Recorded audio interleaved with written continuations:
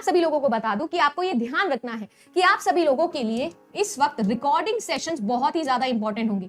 अपनी पेस पर आप लर्न कर सकते हो। तो रिकॉर्डिंग प्लस लाइव सेशंस, क्योंकि हमारे पास में 1 नवंबर से हमने जून के लिए कोर्स स्टार्ट किया था एटम बैच नाम से। इस एटम बैच के अंदर हम लोगों ने ये सभी सब्जेक्ट्स आप लोगों के लिए लॉन्च किए थे, जिसमें आपको पेपर 1 प्लस आप लोगों का पेपर 2 पढ़ाया जाता है मात्र 7,000 रुपए के अंदर, मात्र 7,000।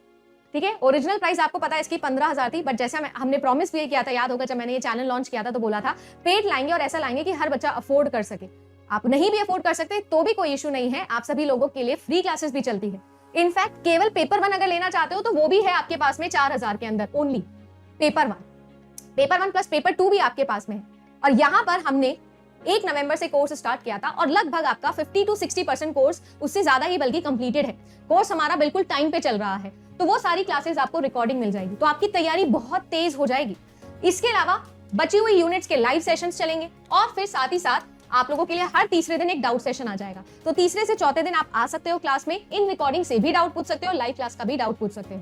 पेपर 1 प्लस पेपर 2 कंप्लीट कर सकते हो। और अगर आपको चाहिए कि आप लोगों को आपके सब्जेक्ट्स के पेपर 2 के हैंड रिटन नोट्स मिले, जैसे कि मैंने कंप्यूटर साइंस के हैंड रिटन नोट्स आपको दिए हैं, तो 6 बुकलेट्स हैं जो आप लोगों को दी जाएगी, आप उन्हें भी ऑर्डर कर सकते हो। आपकी प्राइस है 3,000 रुपीज। अब सीन ऐसा है, क्योंकि आपको पता है नवरात्रि शुरू हो गई है, तो नवरात्रि के तौर पर आप लोगों के लिए आज और कल 12 बजे तक या 11:55 तक, 11:59 तक चलो, आप लोगों के लिए रहने वाला है NAV10 कोड, NAV10।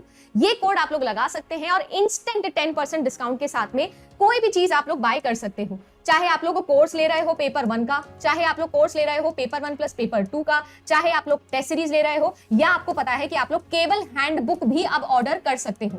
तो केवल हैंडबुक आप लोगों को कंप्यूटर साइंस की within a week post हो जाएगी, बाय पोस्ट डिलीवर होगी, और बाकी हिस्ट्री की और कॉमर्स की भी इन पाइपलाइन है जो विद इन अ 1 मंथ आप लोगों को पहुंच जाएगी।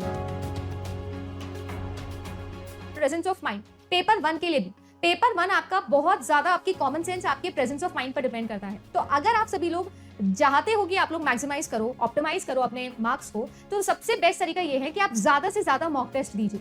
दूसरा सबसे इंपॉर्टेंट चीज जो मुझे लगता है कि आप लोगों को इस वक्त करनी चाहिए, वो ये करनी चाहिए कि अगर आप लोग रिवीजन कर रहे हो तो रिवीजन करते समय आप ये ट्राई करिए कि आप उन टॉपिक्स पर ज्यादा कॉन्सेंट्रेट करें जिन टॉपिक्स पर आप सभी लोगों को हमेशा लगता है कि आपके क्वेश्चंस गलत होते हैं, और ऐसे कुछ फिक्स क्वेश्चंस होते हैं, उनके आपने शॉर्ट नोट्स अगर बनाए हैं तो बहुत बढ़िया बात है, क्योंकि इस टाइम पर वही आपके काम आएंगे। तो टाइम को ऐसे डिवाइड करना है कि आप लोग पेपर 1 और पेपर 2 को इक्वली डिवाइड करो दिन के दो पार्ट्स के अंदर। बट जो पेपर 2 है उसमें ट्राई करिए कि जो आपने पढ़ लिया है बस उसे ही कंसोलिडेट करिए। ऐसा कुछ लगाने की जरूरत नहीं है कि बहुत ही कुछ नया टॉपिक पढ़ लिया या कुछ ऐसा कर लिया वैसा कर लिया।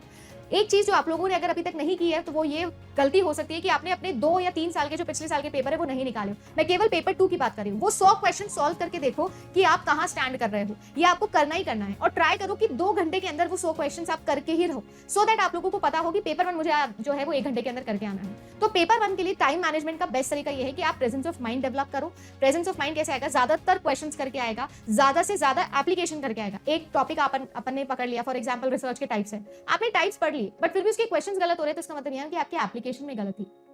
तो ये चीज आपको करनी है टाइम मैनेजमेंट के अंदर। टाइम मैनेजमेंट को एक ऐसा बहुत रॉकेट साइंस नहीं है, ये एक ऐसी चीज है जो बहुत सिंपल होनी चाहिए। जितनी सिंपल होगी उतना अच्छे से एप्लीकेशन होगा। तो प्रेजेंस ऑफ माइंड को डेवलप करना है, परमानेंट मेमोरी के अंदर डालनी है, तो आपको क्या करना होगा, ज्यादा से ज्यादा चीजें रिवाइज करनी होगी। इमेजिन आपने 3 लाख वर्ड पढ़े, इस 3 लाख का 30% और उसका भी 30%, बहुत कम हो जाएगा। बट इस 3 लाख को मल्टीप्लाई कर दो 3 से, 9 लाख। सेम 3 लाख वर्ड्स 3 बार पढ़े हैं तो उसका 30% और फिर उसका 30% आपके लिए ज्यादा हो जाएगा, आपके लिए ज्यादा हो जाएगा। यानी आपकी परमानेंट मेमोरी के अंदर चीजें ज्यादा चली जाएगी। जब परमानेंट मेमोरी के अंदर चीजें ज्यादा चली जाती है तो आप लोगों ने मेमोरीज पढ़ी है, उन मेमोरीज के अंदर हम लोगों ने टीचिंग एप्टीट्यूड में भी ये चीजें पढ़ी थी कि आपकी परमानेंट मेमोरी के थ्रू ही आपका सबकॉन्शियस माइंड भी काम करता है। और एग्जामिनेशन के अंदर जितनी हेल्प आपका ये सबकॉन्शियस माइंड करेगा उतनी हेल्प कोई भी नहीं करेगा। हम लोगों ने कंडीशनिंग का इफेक्ट पढ़ा है, कंडीशनिंग का कॉन्सेप्ट पढ़ा है टीचिंग एप्टीट्यूड में। Classical conditioning and operant conditioning किसने दी थी, जल्दी से मुझे कमेंट करके बताएं। आपका सबकॉन्शियस माइंड भी तो यही कहता है, क्यों ना हम चीजों की कंडीशनिंग कर ले, क्यों ना हम ऐसा कर ले। एग्जैक्टली कहां पर मैंने नोट्स बनाकर कहां पर कौन सी लाइन लिखी थी, किसमें कौन सा वर्ड लिखा था, अगर मुझे ये भी याद हो जाए, इसकी भी कंडीशनिंग मैं कर लूं, तो एग्जाम में डेफिनेटली आपका सबकॉन्शियस माइंड आपको जवाब देगा। चीज ऐसी है कि इसे ट्रेन करना है, अपने आप को नहीं, इसे ट्रेन करना है। और इसे ट्रेन करने के लिए अपनी परमानेंट मेमोरी पर काम करने की जरूरत है। एक छोटा सा साइंटिफिक लॉजिक का एग्जाम्पल लेके समझाने की कोशिश कर रही हूँ कि कितना जरूरी है रिवाइज करना। अब ये चीज आपको करनी है। आपके लिए ये 3 लाख वर्ड्स पर डे पढ़ाने की जिम्मेदारी अगर मेरी है, तो इन्हें 3 बार रिवाइज करने की जिम्मेदारी आपकी है। हर तीसरे दिन में वो रिवाइज करना है जो पहले दिन पढ़ा था। हर तीसरे दिन में 3 दिन पहले जो पढ़ा था उसे रिवाइज करना है। अगर ऐसे बना के चलोगे तो सबकॉन्शियस माइंड हमेशा आप लोगों का वेल ट्रेन्ड रहेगा। जो हम मिस कर देते हैं वो ये करते हैं कि हमने पढ़ भी लिया, हमने प्रैक्टिस भी कर ली, प्रैक्टिस करने के बाद दोबारा से पढ़ भी ली चीजें, बट हम लोगों को ये समझ नहीं आता कि बार बार हम सेम टाइप की सिली मिस्टेक क्यों कर रहे हैं।